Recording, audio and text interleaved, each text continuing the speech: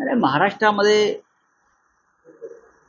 मुळात आज शिवसेनेचा 59वा वाढदिवस. 59 हा टप्पा गाठणं सोपं नसतं. एखादी संघटना, एखादा राजकीय पक्ष 59 वर्ष पूर्ण करतोय किंवा 59 वर्ष वर्धापती साजरा करतो, हा टप्पा गाठणं सोपं नाही. ह्या प्रवासामध्ये अनेकदा संघर्ष, अडथळे, संकट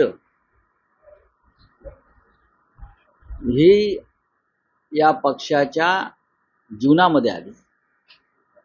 पक्षाच्या असंख्य कार्यकर्त्यांना, शिवसैनिकांना बलिदान करावं लागलं. स्वतः शिवसेना प्रमुखांना तुरुंगवास भोगावा लागला सुरुवातीच्या काळामध्ये. आणि हे सर्व मराठी माणसाच्या न्याय हक्कासाठी माननीय शिवसेना प्रमुखांनी सहन केलं आणि पुढे गेले. माननीय बाळासाहेब ठाकरेंनी हा पक्ष इतका पुढे नेला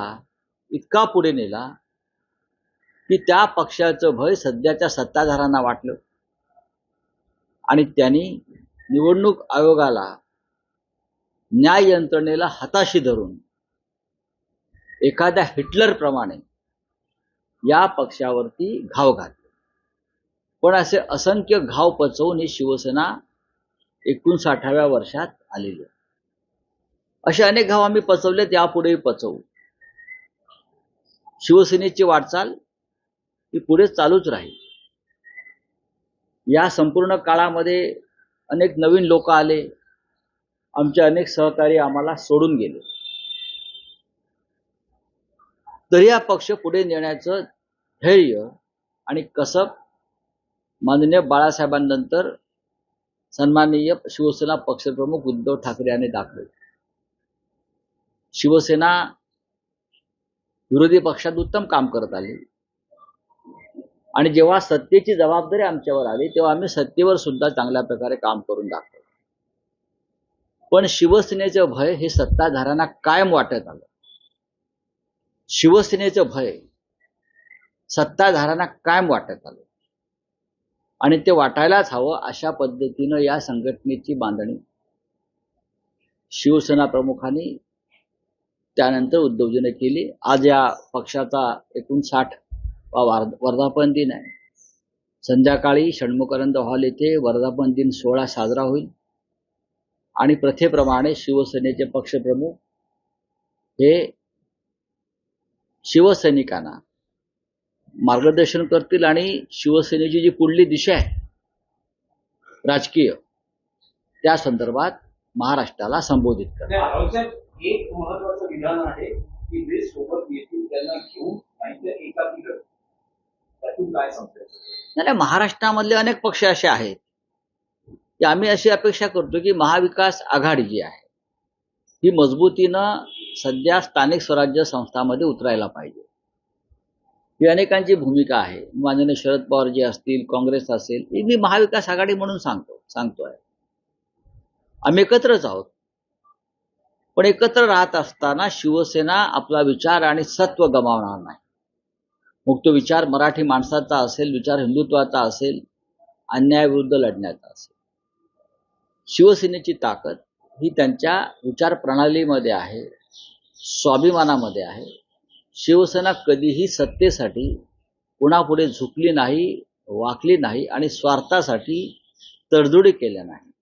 शिवसेना ही डरपोकांची संघटना नाही, हा मर्दांचा महासागर आहे, हे लक्षात घ्या. आज देशामध्ये डी कंपनीचं राज्य सुरू आहे.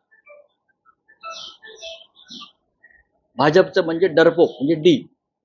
दिल्लीमध्ये डरपोक लोकांचं राज्य सुरू आहे. हे आपण पाहिलं कशा प्रकारे की डी कंपनी आहे. आणि महाराष्ट्रामध्ये एक खरोखरची डी कंपनी, त्यांचं राज्य सुरू आहे. दाऊद इब्राहिम पासून इक्बाल मिर्चीपर्यंत आणि असे अनेक गुंडपुंड झुंड आणि त्यांचे हस्तक देशद्रोही शक्ती यांना घेऊन ही डी कंपनी महाराष्ट्रात राज्य करते. म्हणून दोन्ही ठिकाणी डी कंपनीचं राज्य आहे. एका ठिकाणी प्रत्यक्ष दाऊद, एका ठिकाणी डरपोक. या दोन डी विरुद्ध शिवसेना हा एकमेव पक्ष ताकदीनं लढतोय आणि लढत राहील. छातीवर वार झेलतोय. काही लोक पाठीवर वार करून निघून गेले, पण छातीवर वार झेलणाऱ्यांचा हा पक्ष आहे. नाही, तुम्ही म्हणालात की जे सोबत येतील त्यांना बरोबर त्यात महाराष्ट्र नवनिर्माण सेना ही आहे का? आता या क्षणी नवनिर्माण सेना आणि महाविकास आघाडीत नाहीये ना. तुम्ही जो प्रश्न विचारताय त्या प्रश्नाचा अर्थ मला समजतो आहे.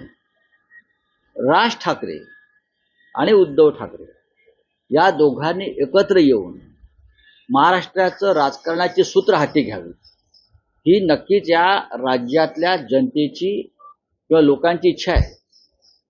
आणि त्या इच्छेचा स्वीकार उद्धव ठाकरे साहेबांनी केलेला आहे, हे तुम्हाला वारंवार माहिती आहे.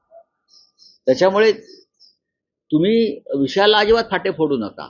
तो वेगळा विषय आहे आणि तो महाराष्ट्रासाठी भावनिक विषय आहे. आणि त्या भावनिक विषयावरती काय भूमिका घ्यायची, मला वाटतं आज संध्याकाळच्या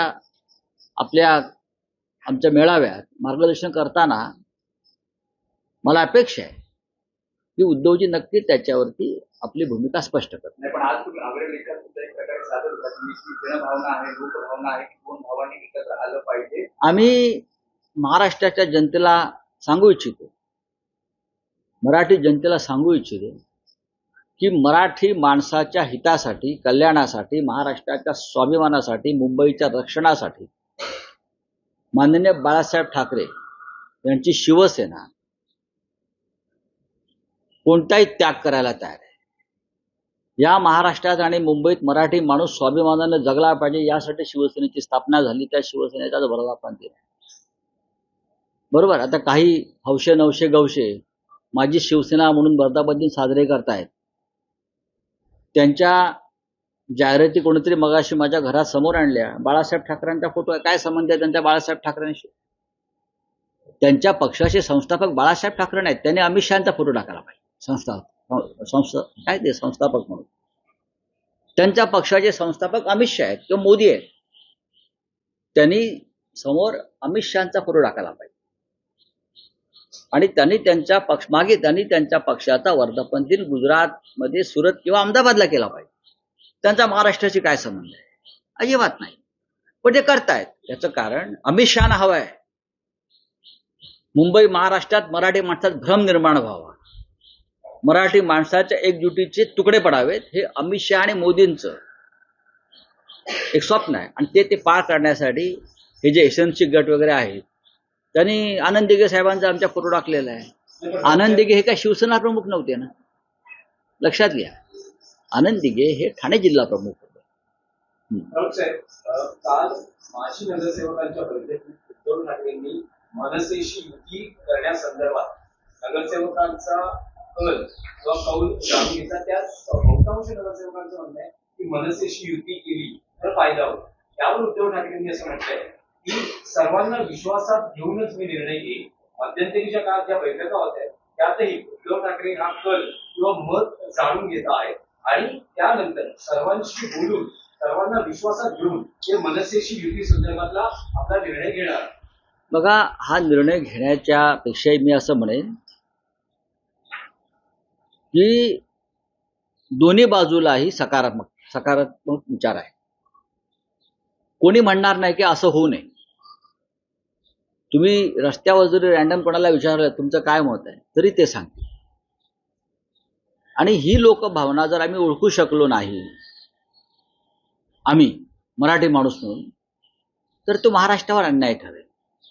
आणि माननीय उद्धवजी हे अशा भूमिकेचे, अशा विचारांचे आणि अशा स्वभावाचे आहेत, ते कधीही तुटेपर्यंत ताणत नाही.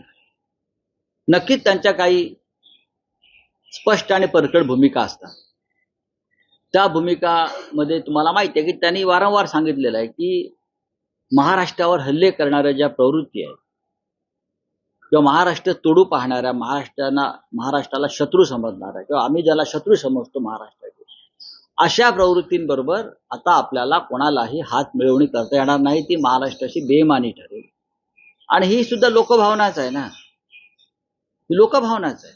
नाही, पण शिंदेची शिवसेना सुद्धा प्रयत्न करते की राज ठाकरे सोबत यावे, त्यांची सुद्धा चर्चा. बघा, शिंद्यांचा एक गट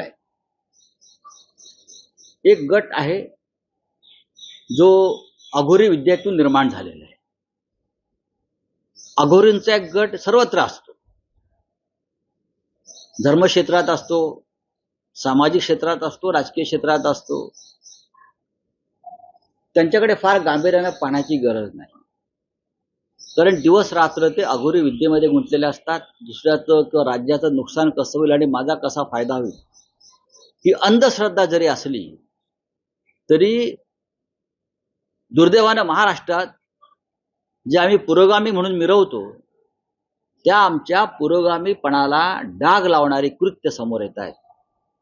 अशा लोकांच्या हातात जर महाराष्ट्राचं राजकारण गेलं असेल तर हे शाहू फुले आंबेडकर प्रबोधनकार ठाकरे यांच्या महाराष्ट्राचं कमालीचं दुर्दैव आहे. आणि कोणत्या प्रकारचे लोक देवेंद्र फडणवीस यांच्या कॅबिनेटमध्ये आहेत.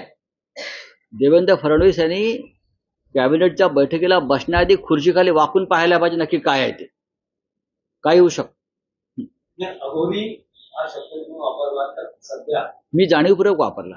सध्या जे व्हिडिओ बाहेर येत आहेत ते आरोप करतायत होत आहे, विशेषतः शिंदे गटाचे मंत्री भारत गोगावलेचा जो व्हिडिओ एनसीपी अजित पवार गटाच्या प्रवक्त्यांनी ट्विट केला आहे. त्याआधी तुमच्या पक्षातल्या वसंत मोरेंनी एक व्हिडिओ समोर आणला. तुम्ही गुवाहाटी आणि रेड्याची शिंग यावर लिहिलेला आहे. सध्या काय सुरू आहे महाराष्ट्रात, ज्या पद्धतीने हे सगळे प्रकार समोर? महाराष्ट्राला काळीमा फासणारी ही कृत्य आहेत बरं का. महाराष्ट्रानं अंधश्रद्धेविरुद्ध कायम लढा दिला. फार मोठी परंपरा आहे महाराष्ट्राला लढायची. महाराष्ट्रानं धर्मांधतेविरुद्ध लढा दिला. देवेंद्र फडणवीस हे राज्याचे मुख्यमंत्री आहेत आणि त्यांनी जसे मंत्र्यांचे पीए ते तपासून घेत आहेत तसे त्यांनी मंत्री सुद्धा तपासून घेतले पाहिजे. हे असे अघोरी विद्येमध्ये रममाण असलेले मंत्री महाराष्ट्राचं काय भलं करणार.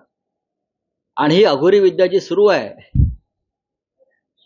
याच्याविषयी जास्त माहिती द्यायची तर ते या राज्याच्या मुख्यमंत्र्यांना एलिमिनेट करून तिथे आमचा नेता यावा, यासाठी अघोरी विद्येचे प्रकार एसएनसी गटाचे लोक ठिकठिकाणी करतायत. हे मी वारंवार आपल्याला सांगितलंय. माझा विश्वास नाही, मी अंधश्रद्धाळू नाही, पण हे समोर येत आहे ना. म्हणजे कोणत्या मानसिकतेमध्ये या राज्याचं मंत्रिमंडळ आहे. अर्धे मंत्री आहेत. महाराष्ट्रातल्या जनतेच्या कल्याणाशी यांना काय पडलेलं नाहीये, जनतेच्या प्रश्नाशी काय पडलेलं नाहीये, लोकशाहीशी काय पडलं नाहीये, विचारांशी काही पडलेलं नाहीये. या महाराष्ट्र राज्याच्या मुख्यमंत्री पदावर बसलेल्या व्यक्तीला एलिमिनेट करणं, मी इंग्लिश शब्द मुद्दाम वापरतोय कारण हा शब्द वारंवार इराण इस्रायल युद्धामध्ये आलेला आहे. इस्रायलनं इराणच्या काही प्रमुख नेत्यांना एलिमिनेट केलं अनेक माध्यमात. त्यांचे जनरल्स असतील, डिफेन्स सेक्रेटरी असतील. तसं एसएनसी गटाच्या लोकांना, मंत्र्यांना या अघोरी उपक्रमाद्वारे भारतीय जनता पक्षाच्या प्रमुख नेत्यांना त्या पद्धतीनं एलिमिनेट करायचं आहे. आता ह्याच्यावरती तुम्ही काही लोक टीका करतील, पण वारंवार याविषयी बोललोय मी. आणि जो प्रकार समोर आलाय, जी छायाचित्र आणि जे व्हिडिओ समोर आले, हे त्यासाठीच होतं. हे त्यासाठीच सुरू आहे आणि अनेक वेगळ्या पातळ्यांवर चालू आहे. अगदी साताऱ्यापासून महाडपर्यंत आणि महाडपासून सावंतवाडीपर्यंत, पुढे बेळगावपर्यंत माझ्याकडे प्रत्येक गोष्टींची छायाचित्रणं आहेत. महाराष्ट्रात एक मुद्दा पेटला आहे, हिंदी भाषा सक्तीला विरोध केला जातो आहे. राज ठाकरेंनी विरोध केलेला आहे, काँग्रेसनं विरोध केलेला आहे, शिवसेना उद्धव बाळासाहेब ठाकरे. आज माननीय उद्धव साहेब आपल्या अनेक भूमिका व्यक्त करतील, त्याच्यात ती एक असेल. आम्ही सगळे हिंदी भाषा बोलतोय, मी काली म्हणा, आणि उत्तम प्रकारे बोलतो. नरेंद्र मोदी परदेशात जाऊन जे हिंदीमध्ये बोलतात त्यापेक्षा आम्ही उत्तम हिंदी बोलतो. नरेंद्र मोदी सायप्रस, क्रोशिया, कॅनडा वगैरे देशात हिंदी बोलतात. आम्ही आमच्या देशामध्ये हिंदी बोलतो. दिल्लीमध्ये पार्लमेंटला हिंदी बोलतो उत्तम. आणि दिल्लीतला आमचा जो कारभार आहे सगळा संसदेचा, हा आम्ही हिंदीमध्ये चालवतो. त्याच्यामुळे आम्ही कधी पण मराठी ही आमची मातृभाषा आहे. मराठी या राज्याची राजभाषा आहे. मराठी या राज्यामध्ये पहिला क्रमांकावरच असेल. मराठी बोलणाऱ्यांना इथे प्राधान्य मिळायला पाहिजे, नोकरीमध्ये, उद्योग व्यवसायामध्ये, आणि कोणत्याही भाषेची सक्ती करण्याचा कोणी प्रयत्न करू नये. पण राऊत साहेब, तुम्हाला असं वाटतंय का की महापालिका निवडणुका समोर आहे आणि अचानक हा हिंदी भाषा सक्तीचा बघा, समोर येतो? हा मतांचा याच्यामध्ये राजकारण आहे. काही राजकारण आम्ही आहे. आमच्या पक्षात त्याच्यावर आम्ही चर्चा करतो आहोत. आम्ही नक्की ह्याच्यामध्ये कोण कुठपर्यंत गेलाय आणि पोहोचलाय आणि काय आहे याचा अभ्यास चालू आहे. पण आमची निष्ठा ही मराठी राजभाषा मातृभाषेशीच राहील आणि ते असायलाच पाहिजे. धन्यवाद. बोलिए. देखिए, आज पार्टी का 59वां स्थापना दिन है. हमारे पार्टी शिवसेना को जो बाला साहब ठाकरे जी ने स्थापन की 59 साल पहले, 59 ईयर बैक, ये बहुत बड़ा एक ऐसा एक पल्ला है. किसी भी राजनीतिक पार्टी या संगठन को इतने साल राजनीति में सक्रिय रहना, यह अपने आप एक बड़ी अचीवमेंट है. आज की जो कांग्रेस पार्टी है हमको जूनियर है, भारतीय जनता पार्टी हमसे जूनियर है, बहुत सी पार्टियां हैं जो हमारे बाद राजनीति में आई है. लेकिन शिवसेना को 59 साल हो गए. इस पूरे कार्यकाल में हमारे ऊपर बहुत संकट आए. संकट हमने झेले हैं, घाव झेले हैं, तभी ये पार्टी खड़ी है. अभी भी घाव चल रहे हैं. अमित शाह घाव कर रहे हैं ना, वहां से पार्टी तोड़ो, ये तोड़ो, विधायक तोड़ो, एमपी तोड़ो. ये आप, मेरा आह्वान है, ये आप करते रहिए, लेकिन हम फिर भी जिंदा रहेंगे और आपसे लड़ते रहेंगे. आपने कहा है कि आगे चलते रहेंगे, मनसे को भी हम साथ में देखेंगे आने वाले. देखिए, मनसे एक राजनीतिक भूमिका में वो आता है चुनाव में. हमारी पार्टी स्वतंत्र पार्टी है, शिवसेना, ये नाम ही काफी है. तो ऐसे प्रवास में लोग आते जाते रहते हैं ना, आएंगे. बहुत से लोग साथ छोड़कर चले गए, नए लोग मिले, वापस नए लोग आ जाएंगे. वेस्ट बंगाल में ना, कर्नाटक में ना, तमिलनाडु में ट्रम्प से मुलाकात नहीं कर रहे, ट्रम्प के साथ खाना खा रहे, dinner. Correct. General Munir, Pakistan का जनरल मुनीर आज प्रेसिडेंट ट्रम्प के साथ व्हाइट हाउस में खाना खा रहा है. उनको खास निमंत्रित किया है. हमें उसके ऊपर मोदी जी की राय क्या है, ये हम जानना चाहते हैं. जयशंकर जी की राय क्या है, बीजेपी के राष्ट्रीय अध्यक्ष की राय क्या है, और राष्ट्रीय स्वयंसेवक संघ के प्रिय मोहनराव भागवत जी की राय क्या है, ये हम जानना चाहते हैं. जो पहलगाम में जो हमारा सिंदूर, हमारे बहनों का सिंदूर जो उजाड़ा गया है, उसका गुनहगार ही जनरल मुनीर है. ये जनरल मुनीर को प्रेसिडेंट ट्रम्प सम्मान देता है व्हाइट हाउस में, उसके साथ डिनर करता है, और यहां से अब तक कोई भूमिका स्पष्ट नहीं हुई है हमारे सरकार की. जनरल मुनीर को बुलाते हैं ये लोग, जिसने कश्मीर में दहशत फैलाया है. जो ऑपरेशन सिंदूर किया है ना आपने, ये उनकी वजह से हो रहा है. तो ये बहुत ही हमारे देश के लिए एक शॉकिंग है. सर, ट्रम्प अपनी बात से कायम रहे. 35 मिनट की चर्चा के बाद उन्होंने कहा कि मैंने ये वॉर रुकवा के ट्रेड वॉर को लेकर और ट्रेड डील को लेकर. प्रेसिडेंट ट्रम्प विदेश मंत्री इस बात को लेकर कोई बातचीत नहीं करे. कहीं नहीं. देखो, मैं प्रेसिडेंट ट्रम्प बहुत से देश में हस्तक्षेप कर रहा है और सत्ता में बदलाव चाहता है. क्या प्रेसिडेंट ट्रम्प का हिंदुस्तान में यही इरादा है? मुझे शंका आती है. Thank you. देश विदेशातील प्रत्येक घडामोडींचे लाईव्ह अपडेट मिळवण्यासाठी आता साम टीव्हीच्या सर्व सोशल मीडिया प्लॅटफॉर्मला लाईक, फॉलो आणि सबस्क्राईब करा. तसंच सर्व नोटिफिकेशनसाठी बेल आयकॉन प्रेस करायला विसरू नका.